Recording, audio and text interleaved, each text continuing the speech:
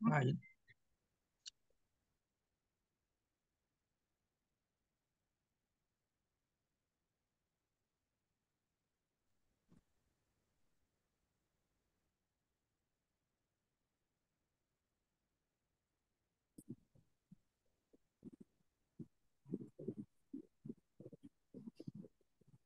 Baiklah, Assalamualaikum warahmatullahi wabarakatuh.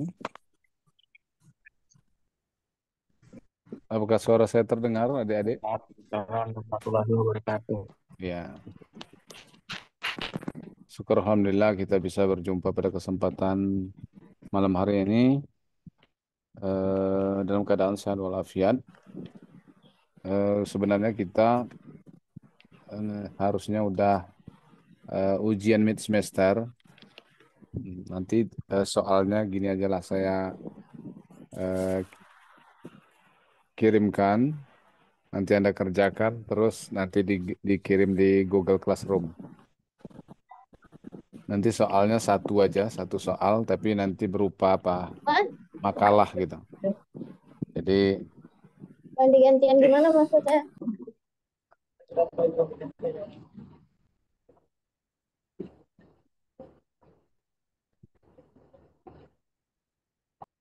nanti eh, saya kasihkan aja lah nanti soalnya untuk dikerjakan di rumah, terus dikumpulnya di Google Classroom. Google Classroomnya pun belum saya buat, nanti saya buatkan untuk kelas kita ini. Ya baiklah, kita pada kesempatan ini akan membahas eh, mengenai motor induksi atau motor asinkron. Kalau kemarin kita sudah bahas mengenai motor sinkron. Kalau motor sinkron itu berarti dia putarannya selalu tetap. Artinya ketika diberikan suplai tegangan listrik, maka dia putarannya akan selalu konstan mengikuti frekuensi daripada tegangan jala-jala yang diberikan. Nah, kalau motor asinkron berarti ada ketidaksinkronan atau tidak sama seperti motor sinkron. Prinsip kerjanya adalah pada motor satu fasa ini kita melihat satu fasa dulu ya. Pada motor satu fasa memiliki dua belitan stator. Jadi maksudnya dua belitan itu dua apa? Dua kumparan, dua supply belitan stator, yaitu belitan fasa utama. Kalau dalam gambar ini itu U1 dan U2 yang warna oranye. Dan belitan fasa bantu atau Z1 dan Z2. Z1 dan Z2 yang warna biru. Nah, kita perhatikan berarti ada belitan utama dan ada belitan bantu di motor asinkron atau motor induksi. Belitan utama itu menggunakan penampang kawat tembaga yang lebih besar sehingga memiliki impedansi lebih kecil. Jadi yang belitan utama yang lebih besar, yang warna oranye itu luas penampangnya atau besar kabelnya itu lebih lebih besar daripada yang warna biru. Sedangkan belitan bantu dibuat dari tembaga berpenampang kecil dan jumlah belitannya lebih banyak sehingga impedansi lebih besar dibandingkan impedansi belitan utama.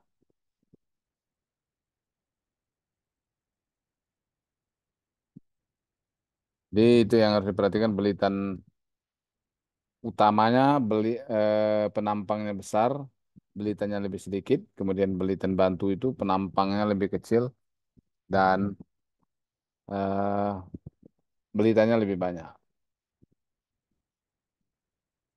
Ya, kita lanjutkan. Sehingga dengan hal seperti itu eh,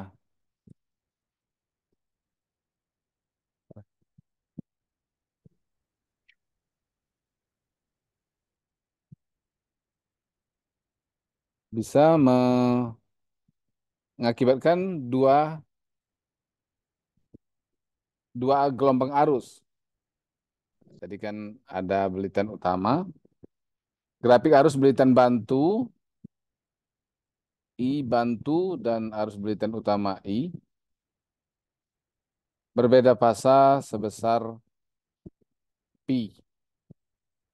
Nah, kalau kita lihat di sini kan arus bantu itu dia lebih depan. Ini arus utama yang warna merah. Nah, ini.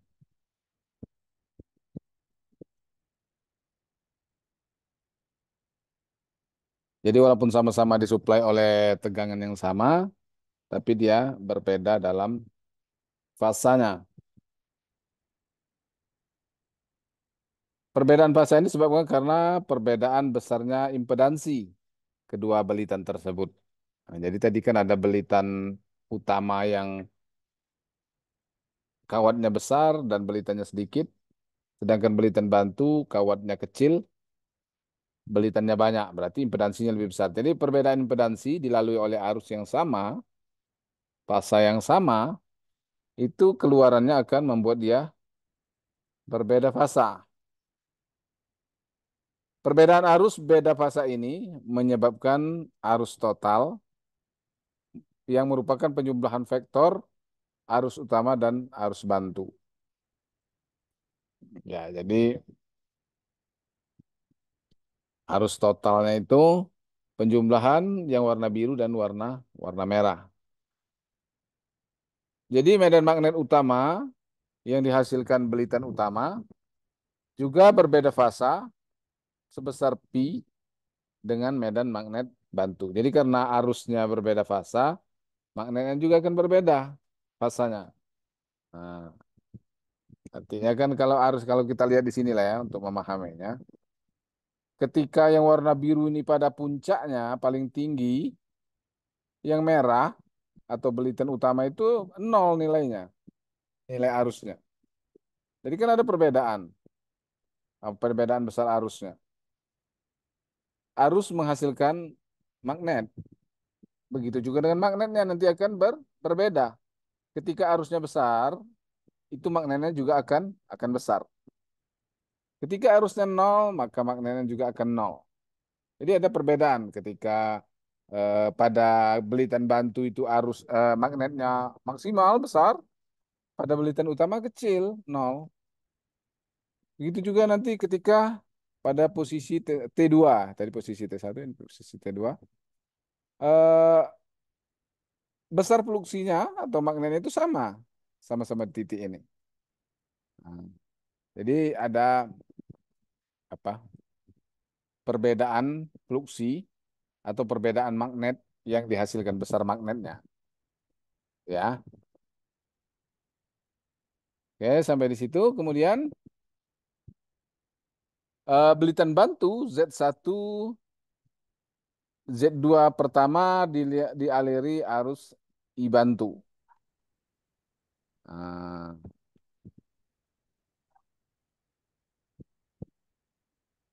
kita lihat, perhatikan gambar yang sebelah kanan itu. Z1, Z2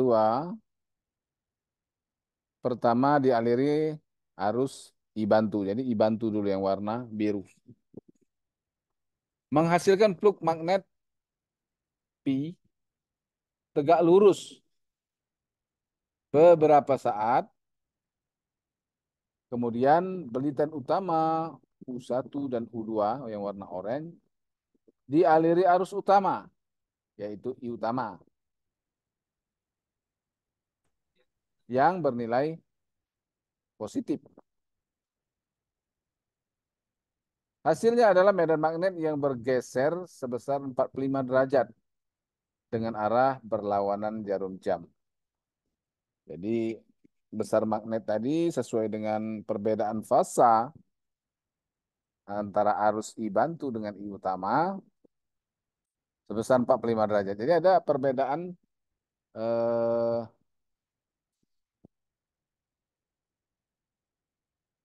sudut medan magnetnya berlawanan dengan arah jarum jam, berarti berlawanan jarum jam ke kiri ya, putar kiri. Kejadian ini berlangsung terus sampai satu siklus sinusoidal. Sehingga menghasilkan medan magnet yang berputar pada belitan statornya. Jadi walaupun dia cuma satu pasang, akan menghasilkan medan magnet yang berputar. Maksudnya berputar ini dia dari U1, U2 menghasilkan medan magnet yang besar. Kemudian ketika Z1, Z2 itu maksimal tadi, maka pada U1 dan U2 nol. Berarti medan magnetnya Z1 dan Z2. Begitu terus seterusnya dia akan berputar. Jadi medan magnet ini terus berubah-ubah. Inilah yang nanti kalau dia berubah terus berputar, maka rotornya pun akan ikut berputar. Oke, itu kita lanjutkan ke slide berikutnya.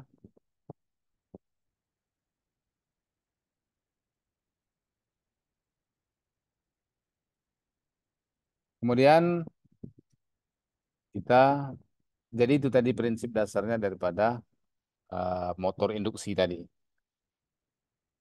Motor fase sebelah, motor fase sebelah terdiri atas dua kumparan stator, yaitu kumparan utama dan kumparan bantu seperti tadi juga.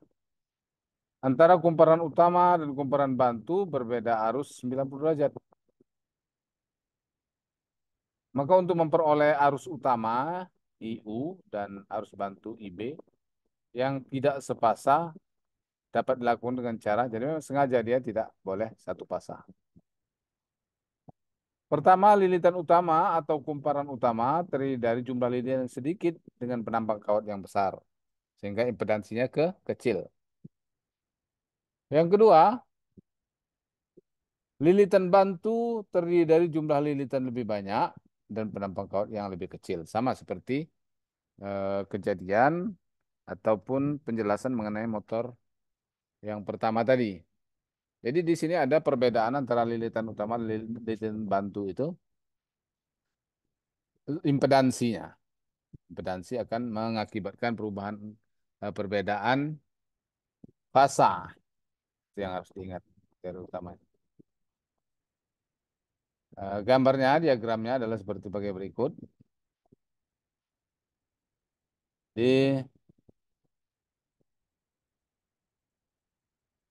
Umpamakan ini rotornya, kemudian eh,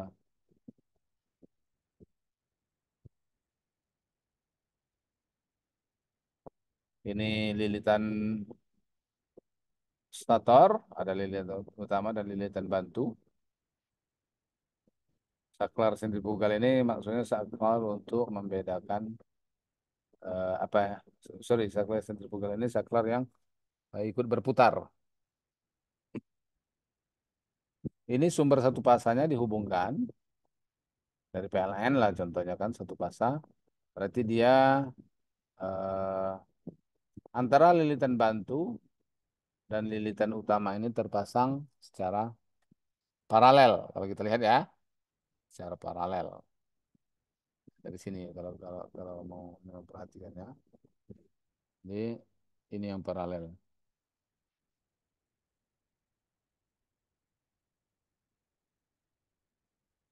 Nah, berarti kan terpasang paralel.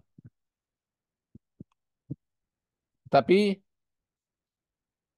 arusnya itu akan berbeda karena tadi memiliki kumparan ini impedansi yang berbeda juga. Prinsip kerjanya, jika kumparan utama dan kumparan bantu dihubungkan ke sumber tegangan, dimasukkan ke sumber tegangan listrik, maka arus mengalir ke kumparan utama dan bantu secara bersamaan, kan dia dipasang paralel tadi, berarti secara bersamaan, namun fasanya berbeda. Kenapa fasanya bisa berbeda? Karena eh, impedansinya berbeda. Perbedaan fasa tersebut ditimbulkan medan magnet antara medan stator, kumparan utama, dan kumparan bantu. Hasil kedua medan kumparan utama dan kumparan bantu menghasilkan medan putar pada stator. Dan selanjutnya menyebabkan rotor berputar. Jadi rotor berputar itu dia karena mengikuti medan putar yang di stator tadi. Kemudian saklar sentrifugal akan bekerja memutuskan arus pada kumparan bantu secara otomatis jika putaran motor mencapai 70-80% dari kecepatan nominal. Artinya kan ketika medan putarnya sudah diperoleh dan konstan, maka dia yang kumparan bantu tadi sudah bisa di, dilepaskan atau diputuskan karena sudah menghasilkan medan putar yang konstan. Motor fase sebelah mempunyai torsi awal yang sedang dengan arus awal yang rendah. Jadi arus kalau kita misalnya mau motor itu yang torsinya nggak terlalu berat, kemudian arus awalnya juga rendah, maka digunakan motor fase sebelah ini. Contohnya ini adalah pada mesin cuci, pompa, sentrifugal, kipas angin, atau mixer kue, roti. Jadi semua menggunakan motor motor induksi.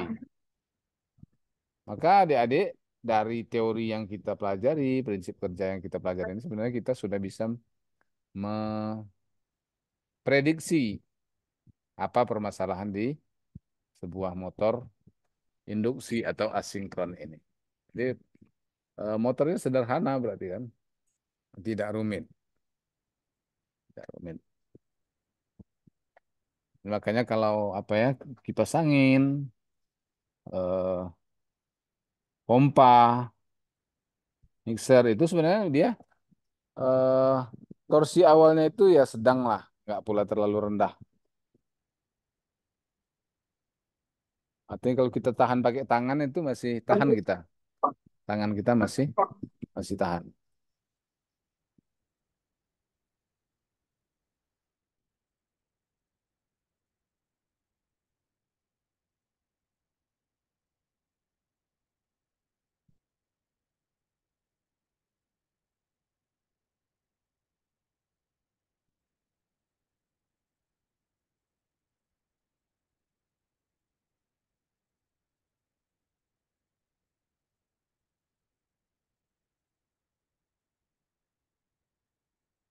Kemudian motor dengan kapasitor start. Nah ini yang lumrah sebenarnya ditemukan. Motor itu punya kapasitor start. Itu yang lumrah dalam sebuah motor induksi atau motor asinkron.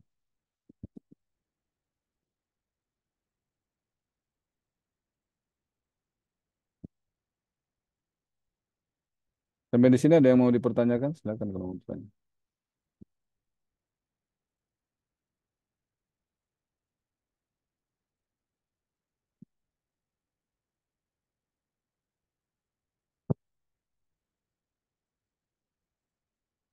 Jadi itu tadi mengenai motor asinkron.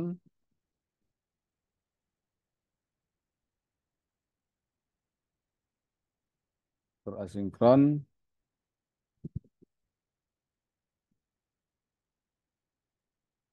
Jadi ya sebentar. Tunggu.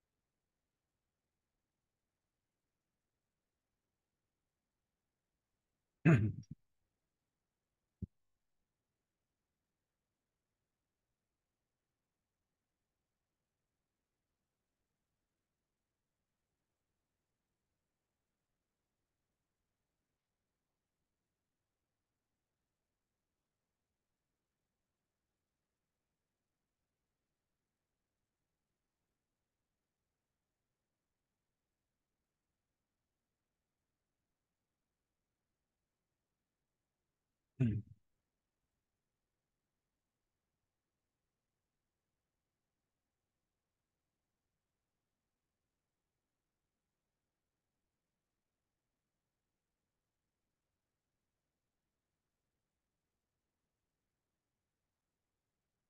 kita sekarang ke motor kapasitor start.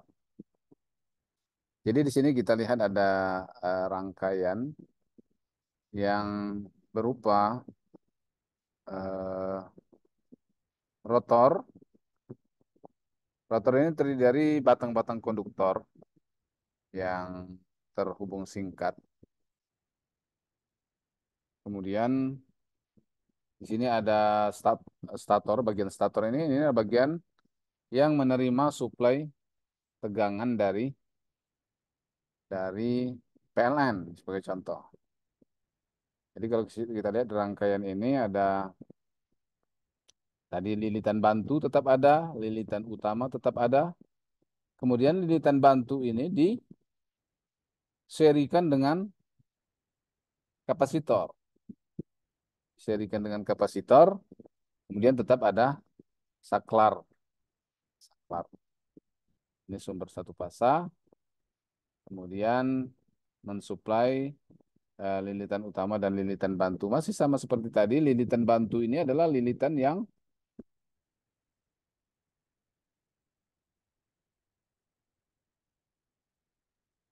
penampangnya kecil, tetapi eh, belitannya banyak, lebih banyak atau lebih besar lah impedansinya. Nah, kalau yang ini, yang lilitan utama, maka kumparannya itu lebih lebih sedikit dan penampangnya itu lebih lebih besar.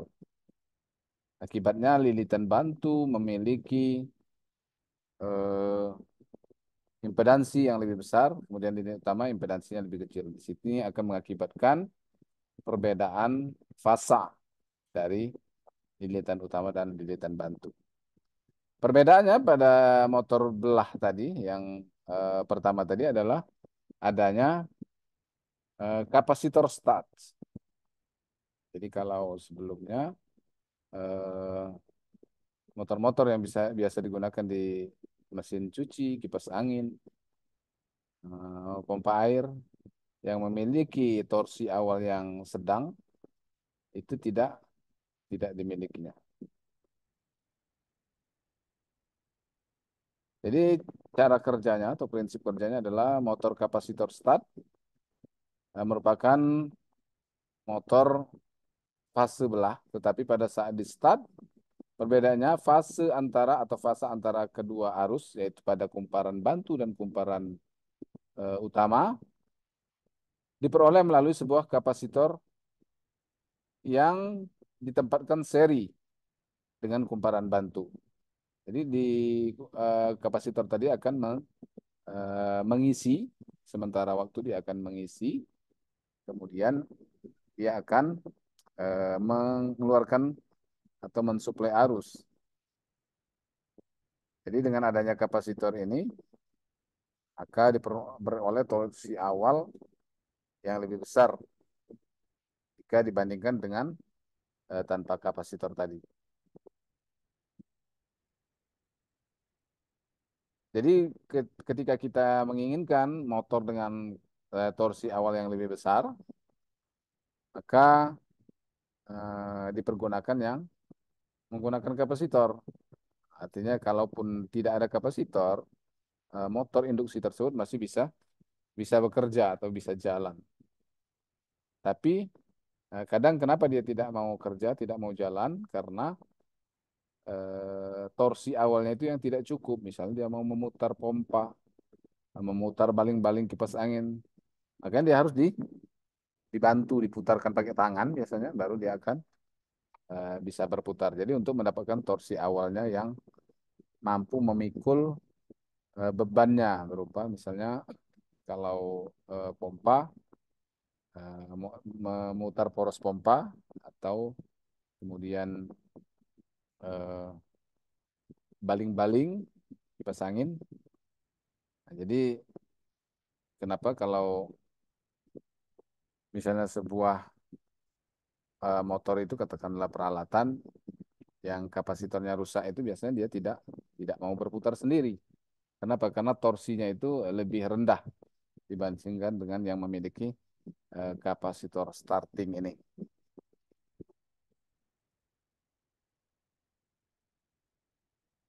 Kemudian yang berikutnya adalah ada sebuah motor yang lain, motor induksi atau motor asinkron yang lain, yaitu motor kapasitor start and run. Jadi dia memiliki dua kapasitor. Jadi kapasitor yang pertama digunakan untuk start pertama, tadi yang untuk supaya torsinya besar, dia bisa memutar beban yang lebih besar. Dan kapasitor yang kedua adalah kapasitor untuk ketika dia sudah running atau jalan. Gambarnya seperti yang bisa dilihat, yakni ada lilitan utama, tetap ada lilitan utama, kemudian ada lilitan bantu juga, kemudian ada kapasitor, ada dua ya, kapasitor starting sama kapasitor running. Kemudian ada rotornya juga. Sumbernya arus tetap yang satu pasang. Kita masih membahas yang motor satu pasang.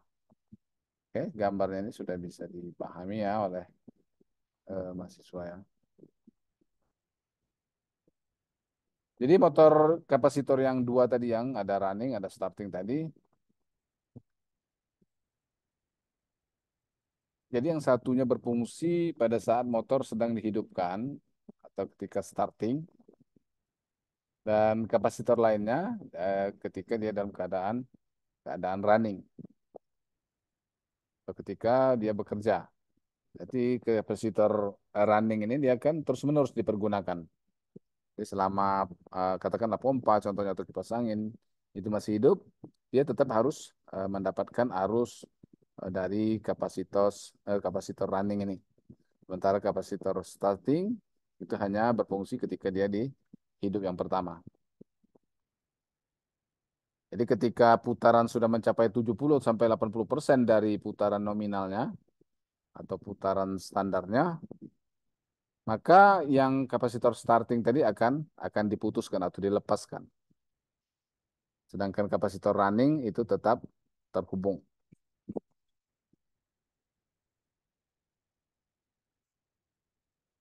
Ya. Kemudian beda fase antara fluk utama dan bantu akan menurun sehingga torsi motor juga akan menurun. Jadi ketika putaran motor atau kipas katakanlah sudah kencang, sudah 70 sampai 80%, kan dia tidak memerlukan torsi yang terlalu besar. Jadi perlu diketahui bahwa semakin besar putaran, besar putaran, maka torsi itu akan semakin turun. Di grafiknya seperti itu. Jadi kalau sudah putaran sampai 70-80%, jadi dia tidak perlu torsi yang besar lagi, sehingga kapasitor yang starting tadi yang berfungsi untuk menaikkan torsi awal tadi dilepasi. Tinggal kapasitor runningnya yang tidak terlalu besar. Kapasitor starting tadi biasanya sekitar 300 farad dan kapasitor runningnya itu kecil saja 40 farad. Ini sebagai contoh